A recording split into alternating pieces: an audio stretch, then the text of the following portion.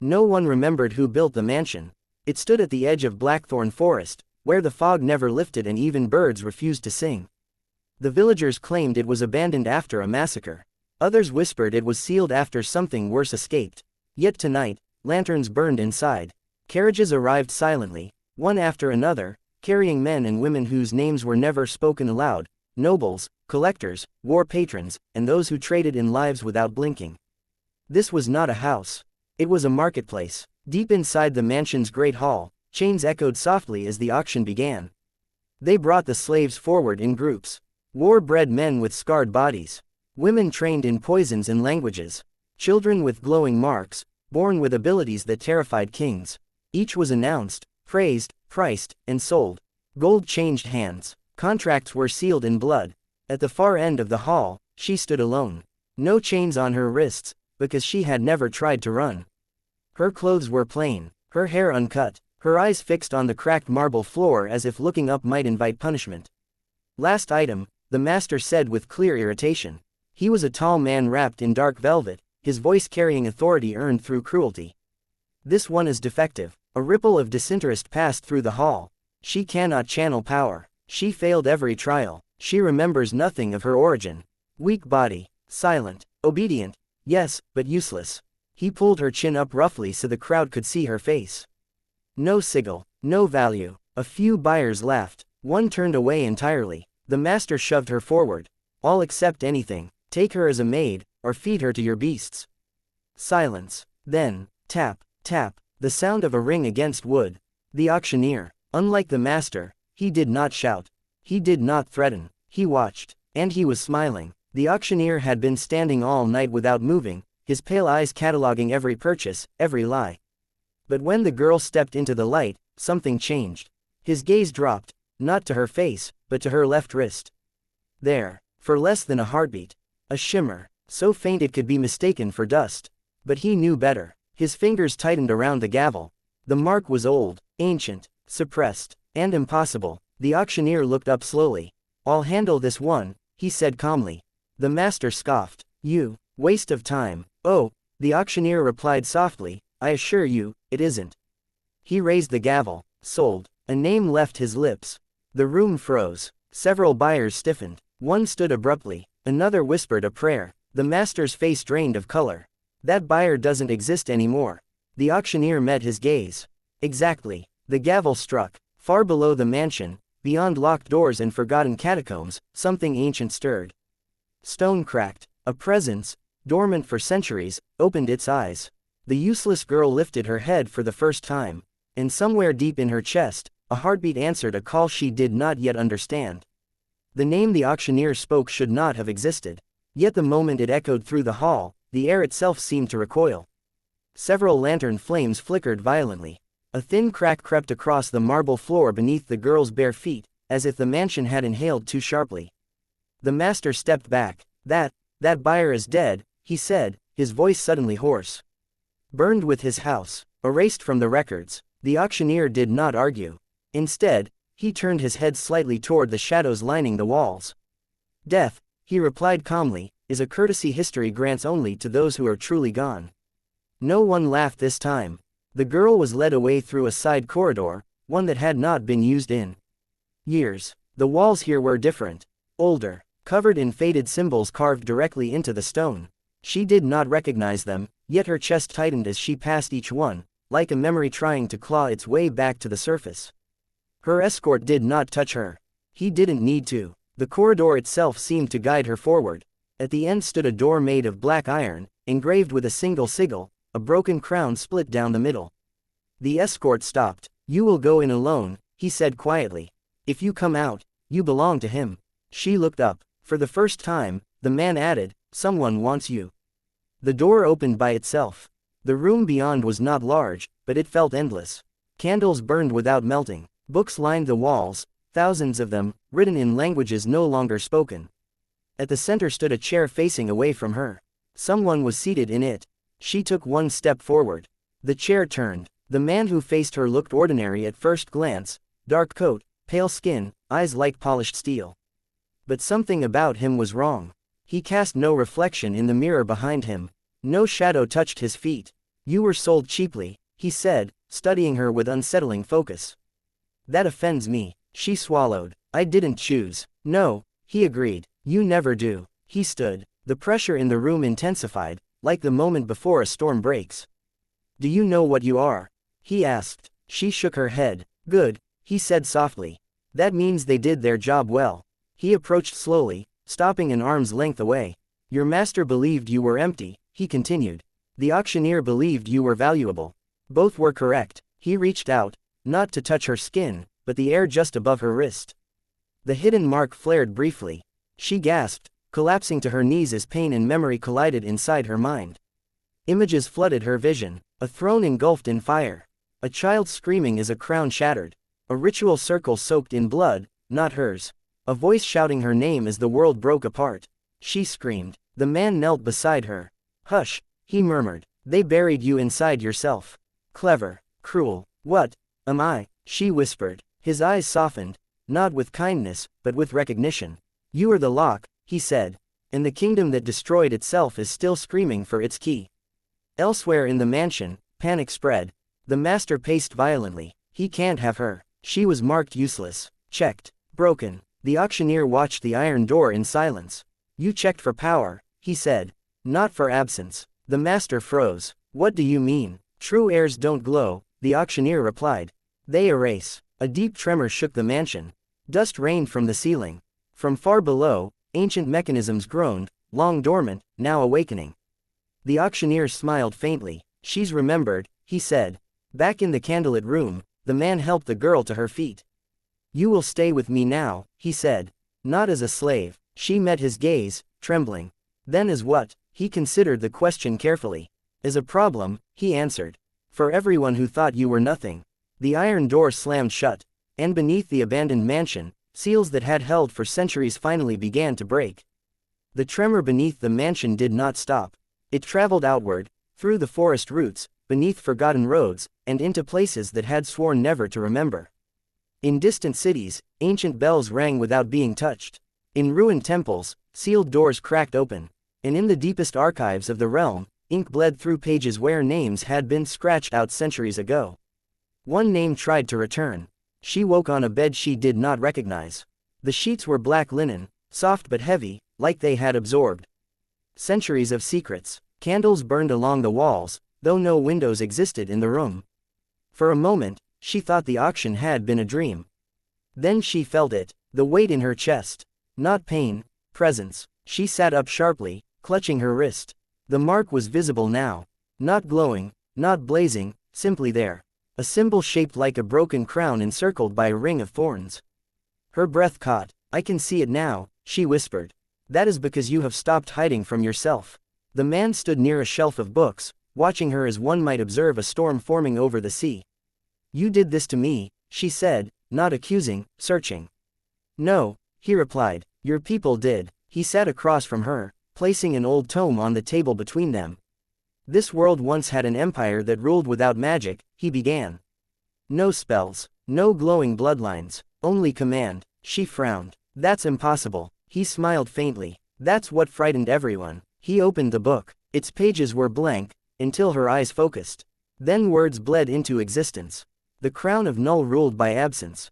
Where magic failed, it endured. They were called the Null Sovereigns, he continued. Their power was not to wield, but to cancel. Her pulse quickened. Mages could not touch them. Prophecies could not see them. Even history bent around them. She swallowed hard. In me, you were born last, he said. The final heir. Memory struck her like lightning. A woman holding her tightly. A man shouting orders as flames swallowed stone towers. A circle of robed figures chanting, not to summon, but to erase. They didn't kill you, the man said quietly. They did something far worse. She pressed her hands to her temples as the truth surfaced. They broke me, she whispered. They split me apart. Yes, he said. They shattered your identity and sealed it behind obedience. Made you forget how to command, how to be. Tears streamed down her face, not from grief, but fury. They called me useless. They were right, he replied. To them. Elsewhere, the consequences unfolded. The master was dragged before a council he never thought would summon him. You sold a Null heir, one robed figure hissed. Do you understand what you've done? She was empty, the master pleaded. No power, no resistance. That was the power, another snapped. You fool. A mirror behind them cracked down the center. On its surface, a girl's reflection appeared, standing tall, eyes burning with something no magic could define. The council recoiled. She's waking up. Back in the mansion, the man rose. You have two choices, he said. You can remain broken and let the world decide your worth again. She stood slowly, her legs unsteady but her spine straight. In the other, he met her gaze. You reclaim what they buried. Not to rule, but to end what should never have existed. She looked at her wrist, then at the candles flickering around her. For the first time, the flames dimmed in her presence. Not extinguished, silenced. I don't know how, she admitted. You will, he said. Because the world is already afraid of you again. Deep beneath them, the last seal shattered completely. And far away, something ancient whispered her true name into the dark. Training did not begin with lessons. It began with failure. She stood in a circular chamber carved deep beneath the mansion. The walls were etched with runes, old magic, active magic, spells designed to react, resist, and retaliate. Candles floated in the air around her. Break them, the man said, stepping back into the shadows. She raised her hand instinctively. Nothing happened. A few seconds passed. Then the runes flared, and pain struck her chest as invisible force threw her backward into the stone floor. She gasped, air leaving her lungs. You tried to use power, the man said calmly. That is not what you do. She pushed herself up, teeth clenched. Then what am I supposed to do? He stepped forward, his boots echoing. You refuse it. They tried again. A spell ignited, fire blooming toward her like a living thing. Fear surged. Her body reacted before her mind could. She did nothing. The fire vanished midair, not burned out, not deflected, gone. The candles dropped to the floor, extinguished. The runes cracked. The room fell into absolute silence. Her knees buckled. The man caught her before she hit the ground. Good, he said quietly. You listened. She stared at her hands, shaking. I didn't feel powerful, she whispered. I felt empty. He nodded. That is why they couldn't control you. Days passed, or maybe weeks. Time behaved strangely beneath the mansion. Each trial stripped something away. Instinct to obey, fear of punishment, the need for permission. She learned that her presence alone weakened spells. That lies stumbled around her. That enchanted objects refused to activate if she touched them. The servants avoided her now. Not because she was cruel. Because doors opened for her without being asked. Far above, the world responded. Mage towers reported failures. Prophecies ended mid-sentence. Bound creatures broke free, confused and terrified. In the capital, the High Arcanum convened in emergency secrecy. A null is awake, one whispered. That bloodline was erased. It was buried, another corrected. And now it's breathing. Orders were given. Hunters were released. The first attack came at dawn. She sensed it before alarms rang. A pressure at the edge of awareness, approaching will. Stay here, the man ordered, already moving toward the stairs. No, she said. He turned sharply. You are not ready. She met his gaze. They will keep coming, she said. Until I stop hiding. A crash echoed above. Screams followed. She climbed the stairs anyway. In the great hall, chaos ruled. 3 figures in silver armor advanced, sigils blazing across their chests. Spells lashed out, tearing pillars apart. The master's body lay crumpled near the auction block. One hunter turned toward her. There, he snarled. The anomaly. He raised his hand. She stepped forward. The spell died. The hunter froze, confusion flickering across his face as the magic draining from his armor left him exposed, ordinary, human, terrified. What did you do? He whispered. She looked at him, not with hatred, but certainty. I stopped pretending, she said. The armor fell apart. The hunters fled. Silence reclaimed the mansion. The man approached her slowly. You chose, he said. She nodded, heart pounding. And I'll choose again. Above them, the abandoned mansion, long thought dead, stood intact amid ruin. And across the realm, powers that had ruled unchallenged for centuries began to realize something terrifying. There was a girl they could not see coming. And she was done being called useless. The capital was built to intimidate. White spires pierced the sky, each one etched with spells layered upon spells, defenses meant to last forever. The city glowed at night, not with lanterns, but with controlled magic flowing through its streets like blood through veins. And at its heart sat the council. They had ruled for 300 years. They had ended bloodlines, rewritten wars, and erased gods from memory. Until now, she walked through an Arcanum strike team, one counselor hissed, slamming his staff against the marble floor. Without lifting a hand. That's impossible, another snapped. Nullification requires proximity, lineage, and awakening rituals that were destroyed. A third voice, calm and old, cut through the panic. Destroyed on paper, said the archivist. Not in truth. All eyes turned to him. The null sovereigns were never meant to be killed, he continued. Only buried. And burial always fails, eventually. Silence followed. Then a woman at the far end spoke. Then we do what we should have done centuries ago. The room darkened. We removed the concept of her. Back at the mansion, she stood before a map spread across a stone table. It shifted as she looked at it, borders blurring, names fading, roots appearing where none had existed. You're changing it, the man observed. I'm not trying to, she replied. It just listens. He nodded slowly. The world recognizes authority it tried to forget. She traced a path toward the capital. They won't stop, she said. No, he agreed. They'll escalate. She looked up. Good. For the first time, she smiled. That night, the mansion was attacked again, but not with soldiers. With stories. Whispers flooded nearby villages. Her name, false names, twisted names, spread like poison. A demon, a void curse, a thing that devoured children and magic alike. Fear rose, and fear obeyed the council. She felt it like a pressure on her skin.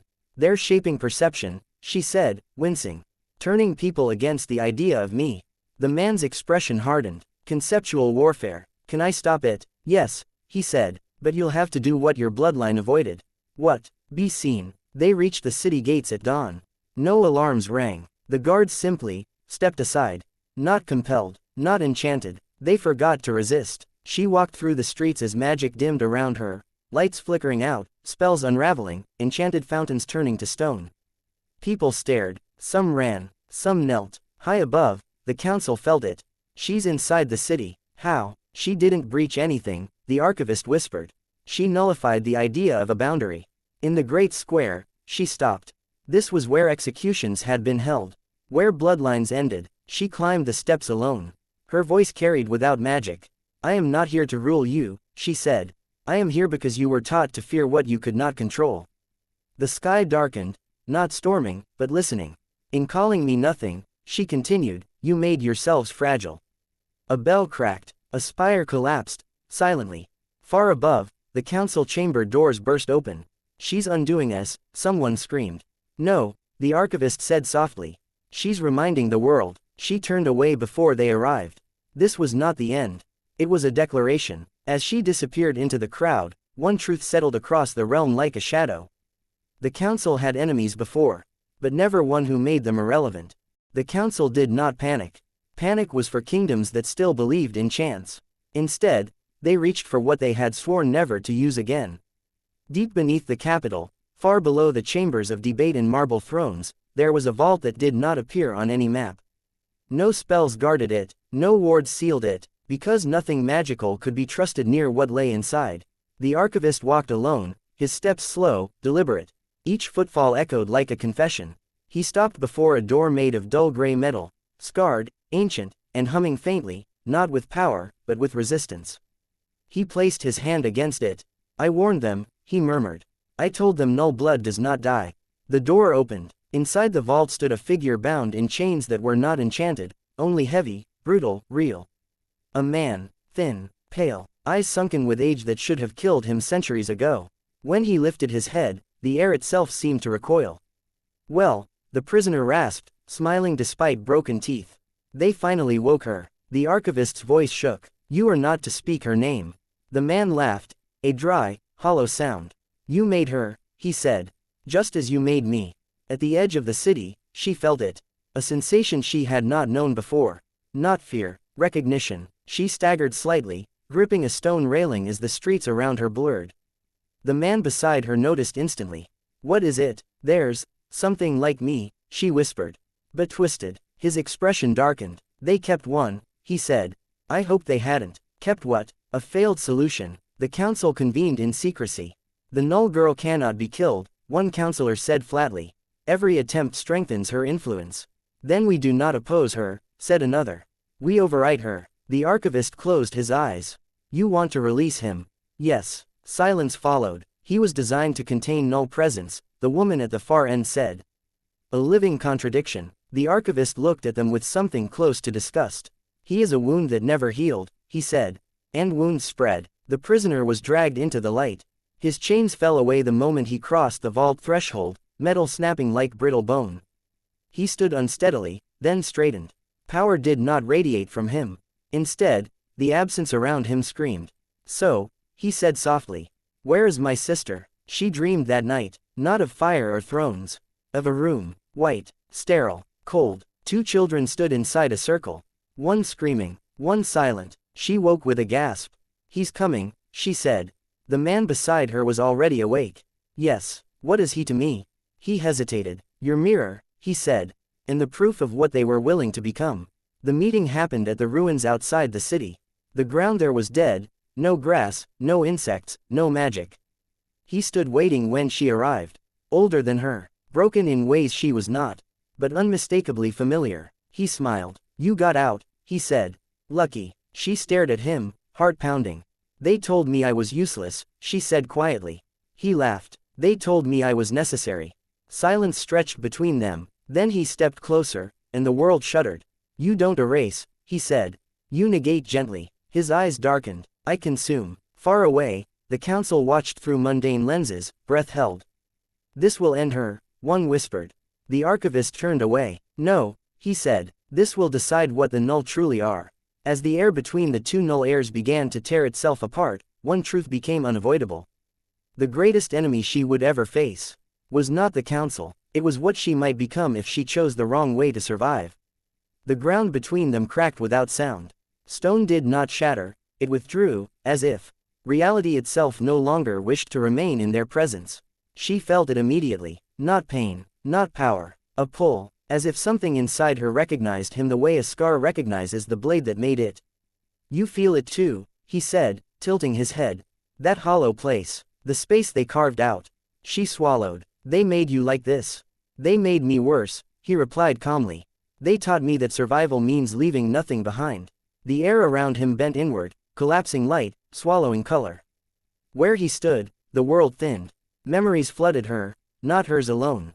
Shared. 2 children in separate rooms, screaming at the same time.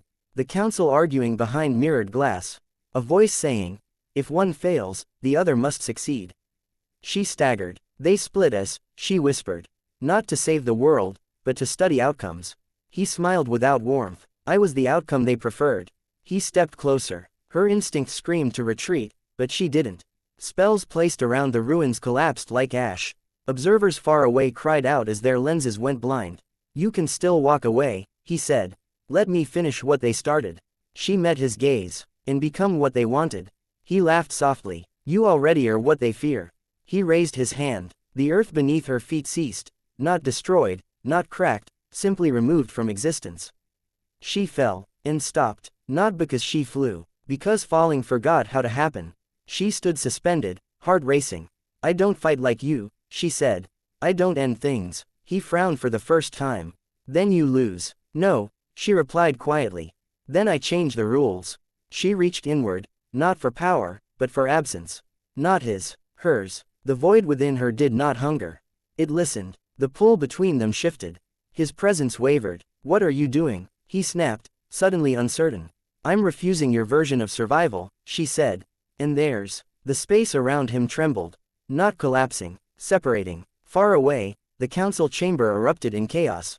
He's destabilizing. No, she is. The archivist stared at the images in horror. She's not negating him, he whispered. She's isolating the damage. A counselor screamed. That's impossible. No, the archivist said softly. It's restraint. He dropped to one knee. For the first time in centuries, something resisted him. You could end this, he snarled. End them all. She stepped closer, tears in her eyes, but her voice was steady. I won't let them decide who we are anymore. She placed her hand over his chest. Not touching skin, touching absence. I see you, she whispered. And I won't erase you to prove I exist. The void screamed. Then, silence. When the dust settled, the ruins were still. He lay unconscious, not destroyed, not consumed. Contained. separated from the endless hunger they had forced into him. She collapsed beside him, exhausted. The man arrived moments later, fear plain on his face. You could have ended the war, he said softly. She shook her head weakly. I ended the experiment. Across the realm, something fundamental shifted. Prophecies did not resume. Magic did not return to normal. But for the first time in centuries, the world was no longer being edited by fear. In the council chamber, alarms blared. They've lost him, someone shouted. The archivist closed his eyes. No, he said. They lost control. She looked at the unconscious figure beside her. What happens now? She asked quietly. The man met her gaze. Now, he said, you become something far more dangerous than a weapon. She frowned. What? A choice the world can't erase. The city did not fall. That was what frightened them most. No towers collapsed. No armies marched. No magic storm swallowed the capital whole. Instead, something far worse happened. The world continued, without asking permission. Morning came late. People stepped out of their homes expecting chaos, expecting punishment, expecting the sky to burn. Instead, they found broken enchantments. Streetlights that no longer glowed. Wards that failed to hum. Amulets that were suddenly just metal and stone. And yet, the city stood. Merchants opened their shops. Children ran through the streets. Life persisted, without magic holding its hand. The council chamber was emptying. Not by force, by absence. One by one, councillors simply left. Some vanished into the countryside. Some barricaded themselves in private estates. Some removed their robes and tried to disappear among ordinary people. The archivist remained. He sat alone, staring at the fractured mirror where the girl's reflection had once appeared. She didn't destroy us, he murmured. She revealed us. Outside the city, she stood on a hill overlooking everything. The man beside her said nothing. Below them, the capital breathed, uncertain, frightened, but alive. They're afraid of what happens next, she said. He nodded. Fear is all they know how to use. She watched a group of people arguing near a dry fountain. They'll blame me, she said. For the silence, for the loss. Yes, he agreed. And then they'll realize something worse. She glanced at him. They can choose. Word spread faster than any spell ever had. A girl who broke magic without killing. A city that survived without enchantment. A council that fled instead of fighting. Some called her a savior. Some called her a curse. Most didn't know what to call her at all. And that terrified them. That night, she returned to the ruins. He was awake. The other null sat against a broken wall, chains of nothing holding him in place, not bindings, but boundaries she had set. You didn't kill me, he said quietly. No. Why? She considered the question. Because you were never my enemy, she replied. You were their evidence. He laughed bitterly. And now, she said, you get to decide who you are without them watching. Silence stretched. I don't know how, he admitted. She nodded. Neither do I. Far away, the archivist burned records. Names turned to ash, experiments erased, histories rewritten, not to hide truth, but to stop its misuse.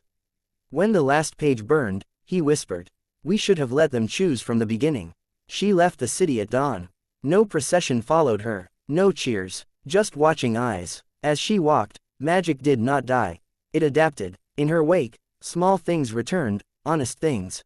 Fire warmed without flaring. Healers worked with hands, not incantations. Truth felt heavier, but clearer. The world was learning again. The man asked her as they crossed the forest edge. Where will you go now? She looked ahead, where the land stretched unclaimed and undefined. Where I'm needed least, she said.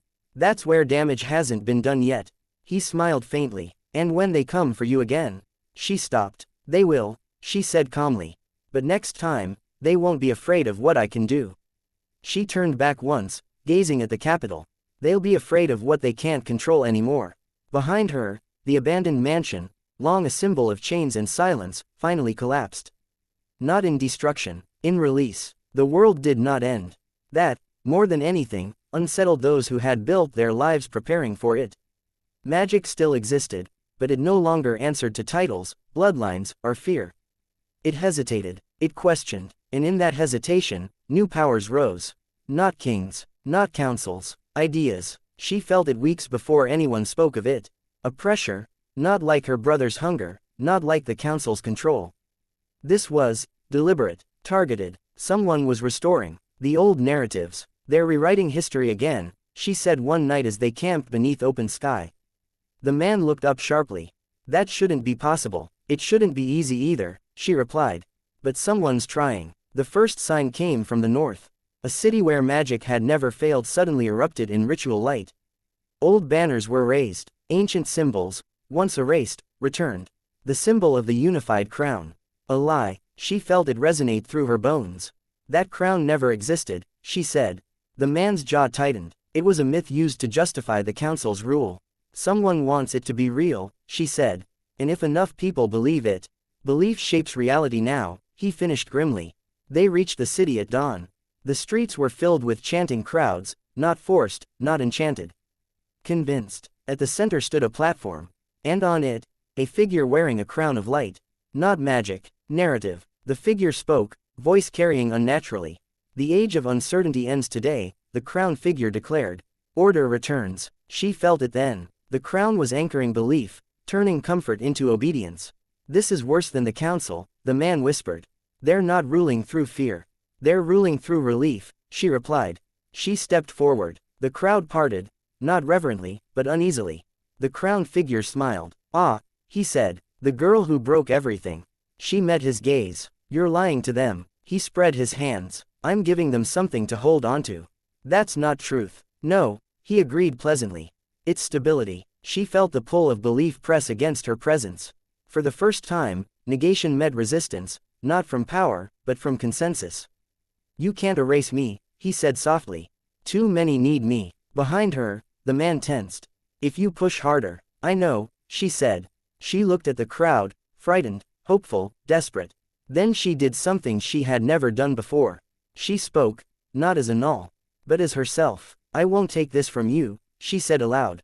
You deserve certainty. The crown figure's smile widened. But, she continued, you deserve honesty more.